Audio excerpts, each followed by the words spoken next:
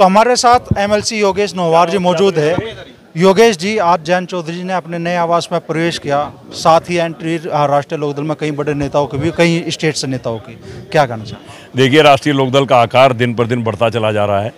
जयंत चौधरी जी की मेहनत की वजह से, इनकी नीतियों की वजह से ये चौधरी चरण सिंह जी की प्रतिमूर्ति हैं और उन्हीं के बनाए हुए रास्तों पे ईमानदारी से चल रहे हैं। और इनकी और हर दल छोड़ करके लोग आ रहे हैं और आकर्षित हो रहे हैं। जिस प्रकार से चौधरी साहब मेहनत कर रहे हैं, पूरे विश्व का दौरा कर रहे हैं, हिंदुस्तान का दौरा कर रहे हैं, युवाओं को रोज़गार देने के लिए दिनों रात मेहनत कर रहे हैं। तो चौधरी साहब से जब से चौधरी अजीत सिंह जी गए थे यहाँ से, उस समय पर हमारी पार्टी के पास एक भी विधायक नहीं था और चौधरी साहब के लिए बहुत बड़ी चुनौती थी पार्टी को चलाना।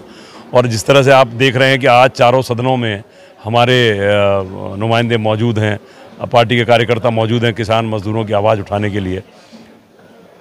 आज आपने यहाँ देखा कि तमाम पार्टी के लोग अपनी अपनी पार्टियों को छोड़ करके राष्ट्रीय लोकदल उन्होंने ज्वाइन किया।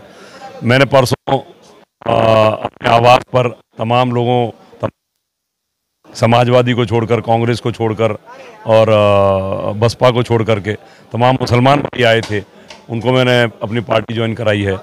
सब जातियों के लोग आज की तारीख में राष्ट्रीय लोकदल के कार्यकर्ताओं की नीति को देखकर, उनकी मेहनत को देखकर जुड़ रहे हैं और पार्टी का आकार बढ़ रहा है। अच्छा, वक्फ बिल पास होने के बाद संसद में विशेष तौर पे लोगों को उम्मीद थी भाई राष्ट्रीय लोकदल का जो मुस्लिम वोटर है वो दूर जाएगा, लेकिन हो रहा है उल्टा।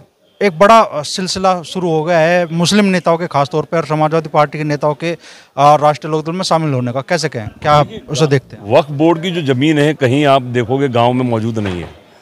वक्फ बोर्ड की ज़मीन के आने से और जाने से गांव के रहने वाले गरीब मुसलमान भाई और जो अपना रोज़गार अपना स्वयं करते हैं, उन लोगों पे इस बिल से कोई फ़र्क नहीं पड़ा है, ना उनको कोई इनसे लेना देना है। लेकिन जो सियासी मुसलमान हैं, भाई हैं, वो इसको मुद्दा बना रहे हैं।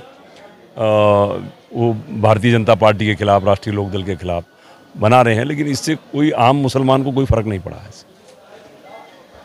आपके पड़ोस में, चूंकि आप मथुरा से है, आगरा में बड़ा मुद्दा चल रहा है। आज महापंचायत हो रही है राणा सांगा साहब को लेके, और जो समाजवादी पार्टी के सांसद रामजी लाल सुमन की टिप्पणी से जो विवाद उपजा वो थमने का नाम नहीं ले रहा है, क्या कहेंगे आप?